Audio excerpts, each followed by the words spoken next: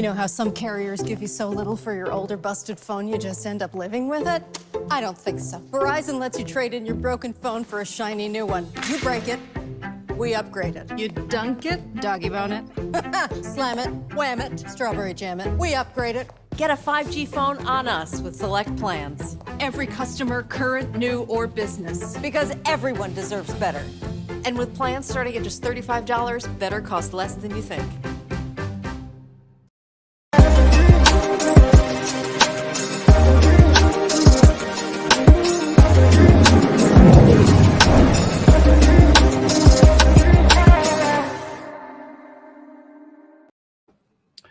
Folks, she's shipping orders of barrettes and plant-based hairstyle products to all 50 states and 13 countries. Now, 15-year-old Gabby Goodwin, who is the CEO of Confidence, has launched her own salon. She joins us now from Columbia, South Carolina. Gabby, how you doing?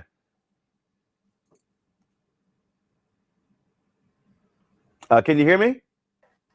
I can. Sorry, I was muted. I'm good. How are you? All right, then. So first of all, before we get to the salon, let's talk about, what you've already been doing. When did you actually start your business? And when did you start selling products? We started Confidence, which was originally known as Gabby Bows, in February of 2014 when I was 7 years old. And then we've now been in business for almost 8 years. Wow. And so how did it start?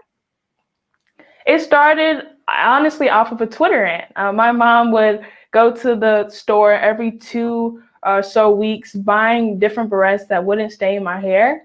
And she was very frustrated and not only losing money, but also wasting time, not only going to the store, but also doing my hair for 15, 20 minutes before school. And then she would drop me off and I would be picked up with bows lost and my hair just looks an entire mess. And with that, she went on Twitter to rant about how my bows didn't stay in my hair. And after her and many other moms were talking about how terrible these barrettes were, our pastor actually jumped into the conversation and said, sounds like a market you need to break into. And my mom told me I was about 5 years old when this idea came up.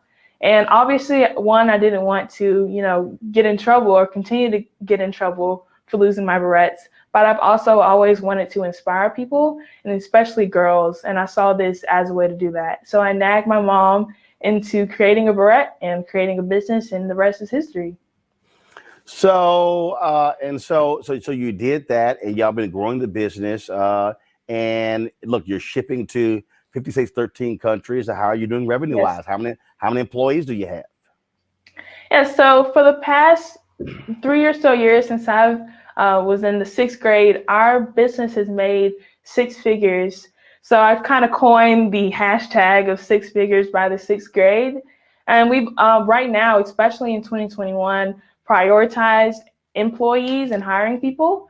So we just brought on about 3 different team members when it comes to either fulfillment or team management, or even also just dealing with customers and customer service.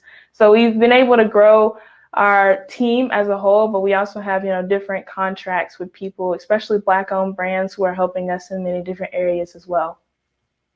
All right. So now you've opened this salon. Why? We wanted to create a space where girls can, not only feel confident in themselves, but also feel confident in their hair. And I think that with the salon, we're able to not only help girls get their hair done, feel beautiful, but they're also able to see the behind the scenes of the business, see the fulfillment process, or even meet me sometimes if I'm walking around the office.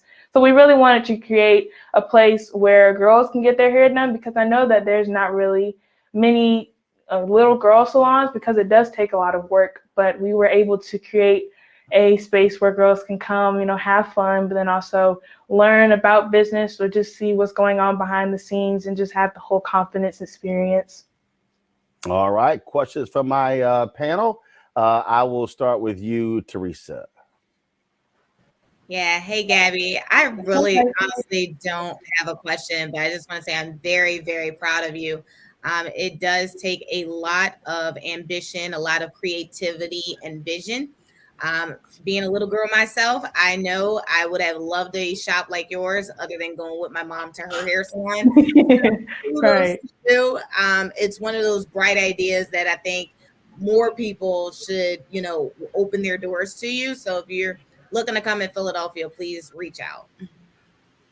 Yes, we're definitely looking to franchise, and definitely that is an opportunity that we would love to take as well. So thank you so much. Xavier. Gabby, I'm so proud of you. I have a 16-year-old daughter, so it's really great to see. I literally text them during this segment, my two youngest kids, and I say, you're never too young to start a business. You've been in business for 8 years now.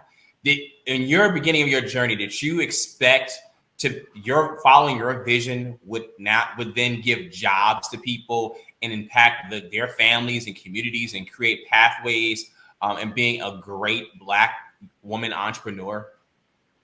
Yes, I've always seen that inspiration or aspiration, I guess. I've always wanted to be able to, do that, and not only, be a light in my family, but also in my community around me and just around the world as well. So I definitely really wanted to be able to create jobs for people, be able to inspire girls who look like me and help them know that they can do whatever they want to do. It doesn't matter, how old they are, or how, if they're Black or not, or just there's many stereotypes that I feel like a lot of Black girls go through, especially in the workforce, and especially, if you're a young entrepreneur, you can go through a lot. But I wanted to be able to show girls, and still want to this day, that they can also be CEOs just like me. And we've not only been able to do that, by selling our products, but we also have an academy, our Mommy and Me Entrepreneurship Academy, where we have over 50 girls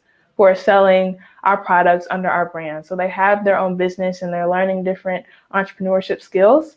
And through that, we're able to help them, grow out of their shell like I did through entrepreneurship, and just help them learn things that they can, use when they grow up and either work in the workforce or work for somebody else, or even start their own businesses and work for themselves. So I definitely wanted to be able to create opportunities for many different people, and I'm glad that that's becoming a reality.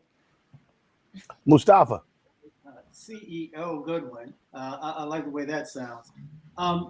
What has been the greatest lesson that you've learned in the time that you've been leading your organization? The greatest lesson that I've learned is just to be confident in myself. I mentioned before that my confidence has blossomed through entrepreneurship. And before everything kind of got big, or our business started to gain traction, I was really shy growing up, and I didn't really want to talk to people that I didn't know, or I was just really quiet. And in business, you have to be the opposite of that. You have to go outside your way, or go out of your way and talk to people, especially at, vendor shows. And we started that route early, going to vendor shows, every single week.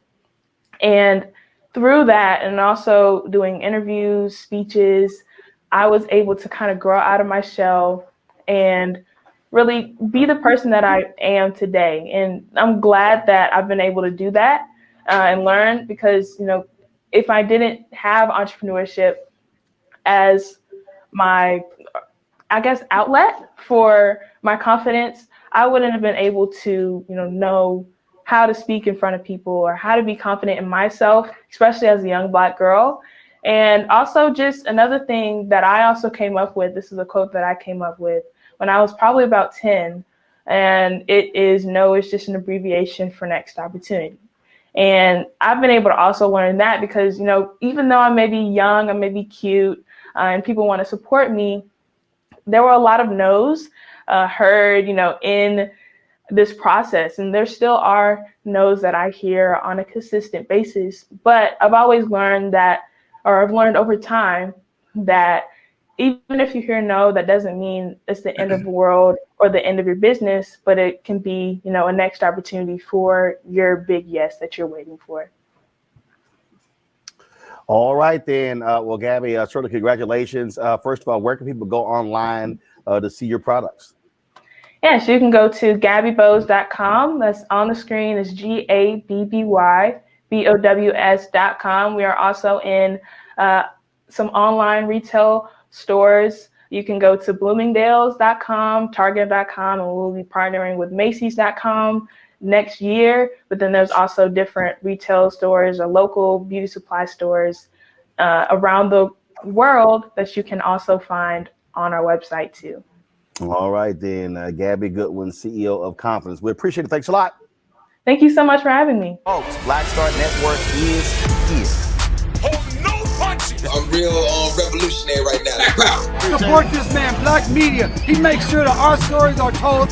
Thank you for being the voice of Black America, Roland. Stay black. I love y'all. All momentum we have now, we have to keep this going. The video looks phenomenal. See, there's a difference between Black Star Network and Black-owned media and something like CNN. You can't be Black-owned media and be scared. It's time to be smart. Bring your eyeballs home. You dig?